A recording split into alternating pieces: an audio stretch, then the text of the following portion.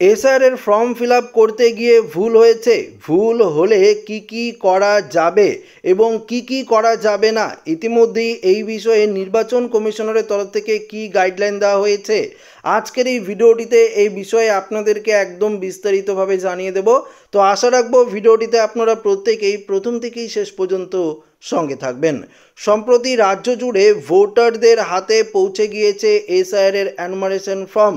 তো হয়তো যারা এই ভিডিওটি দেখছেন আপনাদের হাতেও অ্যানুমারেশন ফর্ম পৌঁছে গিয়েছে, অনেকে ইতিমধ্যেই ফর্ম পূরণের কাজ শুরুও করেছেন, কিন্তু দেখা যাচ্ছে নামের বানান ভুল, তথ্যের অসঙ্গতি বা সামান্য কাটাকুটির মতো সমস্যায় পড়েছেন বহু মানুষ। ফলে তৈরি হচ্ছে দুশ্চিন্তা।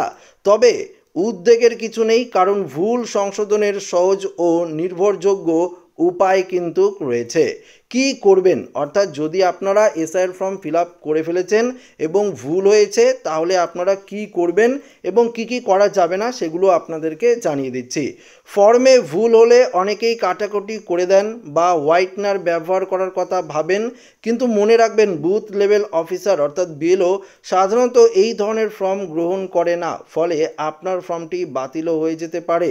দুটি ফর্ম দেওয়া হলে দুটি পরিষ্কার ও পাঠযোগ্য কিন্তু রাখা জরুরি। তো বুঝতেই পারলেন, ফর্মে যদি ভুল হয়ে থাকে আপনারা কিন্তু কাটাকুটি করবেন না, পাশাপাশি হোয়াইটনার বেশি করে ব্যবহারও কিন্তু করা যাবে না, তাহলে বুথ লেভেল অফিসাররা আপনার ফর্ম কিন্তু গ্রহণ না করতে পারে, অর্থাৎ জমা নাও নিতে পারে, সেক্ষেত্রে আপনারা সমস্যায় পড়তে পারেন। কি করবেন অর্থাৎ কি কি করা যাবে সেগুলো আপনাদেরকে জানিয়ে দিচ্ছি। ধরুন ফর্ম ফিল আপ করতে ভুল হয়েছে, এবার তো আপনাদের কিছু করতে হবে। সেখানে দেখুন কি বলেছে, যদি ফর্ম ফিল আপে ভুল হয়ে যায় তাহলে ভুল অংশটিতে এক টানে দাগ টেনে দেখতে পাচ্ছেন পাশে ঠিক তথ্য লিখে দিন। অর্থাৎ ধরুন আপনারা এখানে কিছু লিখেছেন, সেক্ষেত্রে ভুল হয়েছে, তাহলে আপনারা কি করবেন, এভাবে এক টানে কেটে দিতে পারেন, দিয়ে একদম পাশে ভালোটা লিখে দিতে পারেন। দেখুন এই বিষয়ে কি বলেছে, প্রতিটি ফর্মে একটি করে ইউনিক কিউআর কোড থাকে, তাই নতুন ফর্ম জোগাড় করা প্রায় অসম্ভব। প্রায় 7.5 কোটি ভোটারের জন্য ডুপ্লিকেট ফর্ম কিন্তু ছাপা সম্ভব নয়। তো পরিষ্কার বুঝতে পারলেন।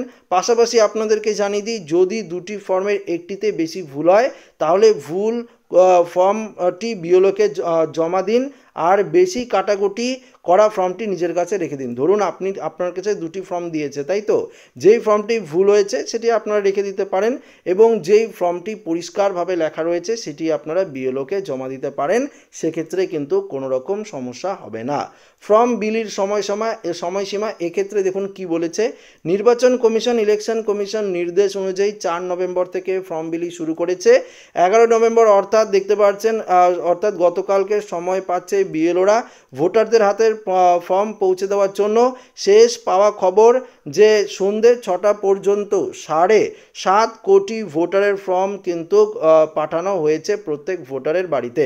তো বুঝতেই পারলেন, গতকালের আপডেট অনুযায়ী আমরা দেখেছি যে 7.5 কোটির ওপরও ফর্ম কিন্তু বিএলওরা পশ্চিমবঙ্গের বিভিন্ন গ্রাম থেকে শহর সবাইকে কিন্তু সমস্ত ভোটারের হাতে কিন্তু পৌঁছে দিয়েছে। এখনও কিছু বাকি রয়েছে, সেগুলো খুব দ্রুত পৌঁছে দেবে।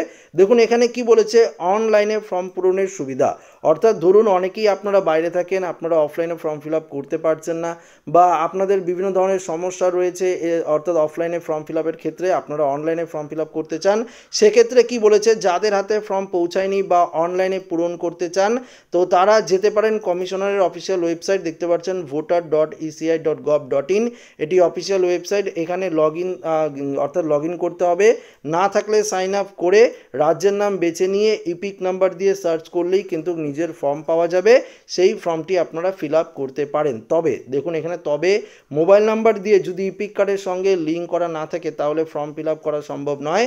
কমিশনের তরফে এখন মোবাইল নাম্বার ইপিক লিঙ্ক করার ব্যবস্থা রাখা হয়েছে। প্রক্রিয়াটি সম্পূর্ণ হলে অনলাইনের সহজে পূরণ করা যাবে আপনার অ্যানুমারেশন ফর্ম।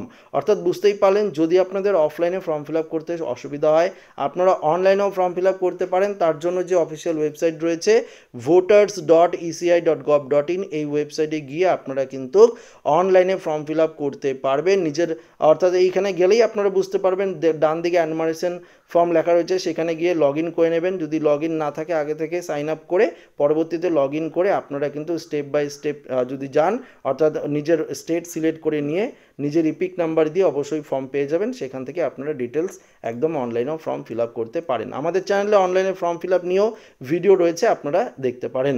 তো আশা রাখবো ভিডিওটি প্রত্যেকের ভালো লেগেছে। ভিডিওটি ভালো লাগলে লাইক করবেন, বন্ধুর সাথে শেয়ার করবেন, নতুন হতে গেলে চ্যানেলটিকে সাবস্ক্রাইব করে নেবেন। ধন্যবাদ।